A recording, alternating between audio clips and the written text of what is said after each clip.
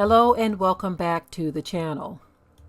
Recently, I did a video on our ministry channel where I was talking about having no fellowship with the unfruitful works of darkness. Now, one of our viewers left a comment under the video in which they were sharing a story about an incident that took place in Alabama. It says an Alabama rapper by the name of HoneyKomb Brazy, his grandparents were fatally shot and set ablaze in a house fire. Okay, this took place in Mobile, Alabama. So I'm going to read some of this story to you because the young man is basically acknowledging that this was done to his grandparents because of dealings that he had with someone else. Okay, it says the grandparents of rapper HoneyKomb Brazy Jones were found dead following a house fire in their Mobile, Alabama home. Wow.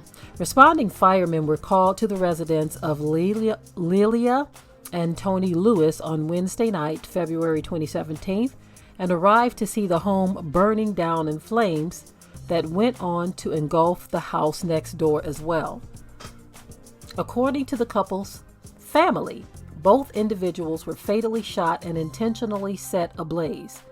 A witness later confirmed the fire was preceded by gunshots.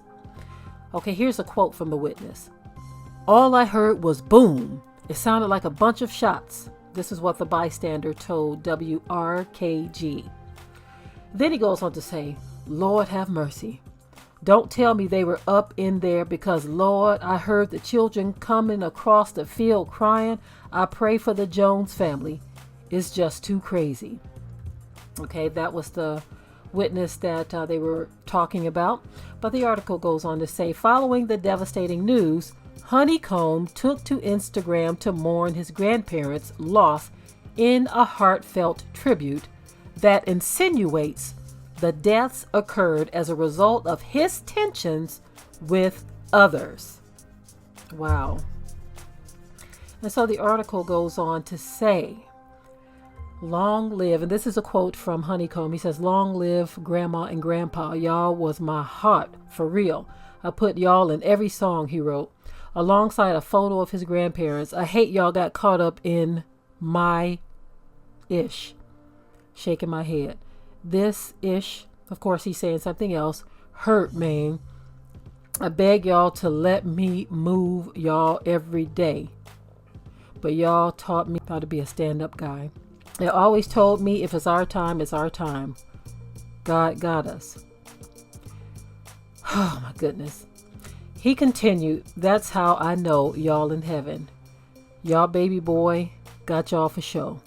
Granny, I'ma miss you bad. Already, I'ma for sure miss smoking that gas with you, Grandpa. Y'all save me a spot, 'cause I'm definitely coming to see y'all."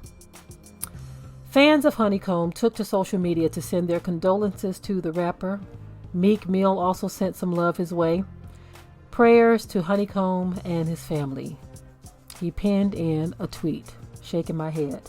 And so this whole thing is under investigation. This is definitely sad. This is deeply saddening that someone would target his grandparents because they have a beef with him.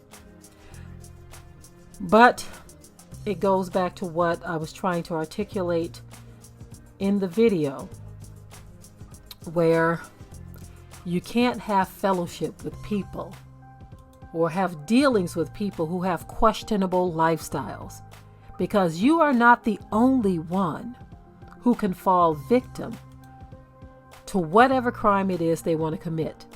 Whatever you get stirred up in with this group of people, you have to understand that it's not just you, especially if they're coming by your grandparents' house, they're coming by your parents' house. You think they're cool, but then you have a falling out, and then something horrible happens to where the falling out goes beyond a falling out, and they want to take revenge because of something you called ish that you were caught up in.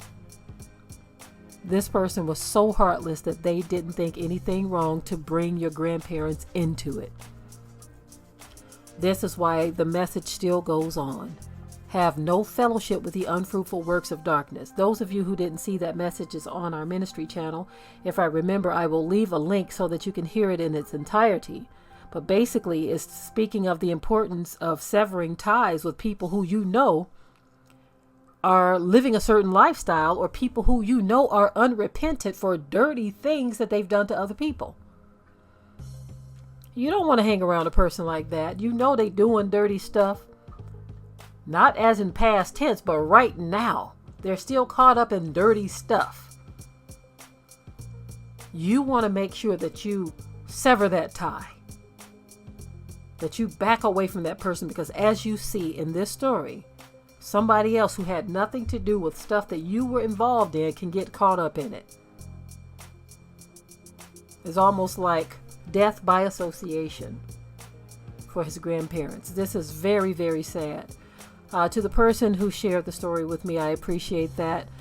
These kinds of stories are those things that you definitely want to make sure that this is not something that you allow to rest in your spirit. But take away the message that needs to be taken away from this. Don't allow this to be a flood that settles in your body and in your mind and causes spiritual rot in you. We share some of these stories because we want to keep our people aware and awake of the fact that these things are happening, and that you have to be careful with whom you keep company. Not just in situations like this. This is very tragic. But there are other things that we need to be mindful of. Be mindful of not going places, staying out of a certain area, not dealing with certain people. These are things we need to admonish one another daily on. And not so that we can worry and live in fear and live in frustration, not for that reason, but so that we can learn how to navigate through our present situation. Whatever your situation may be, learn how to navigate it with spiritual eyes. I'm done with this video. Those of you who haven't already subscribed to the channel, don't forget to leave your comments below, share and like this video, and with that, I'm out. Be sure to ring the bell to be notified of new uploads on this channel, and also comment, share, like, and subscribe.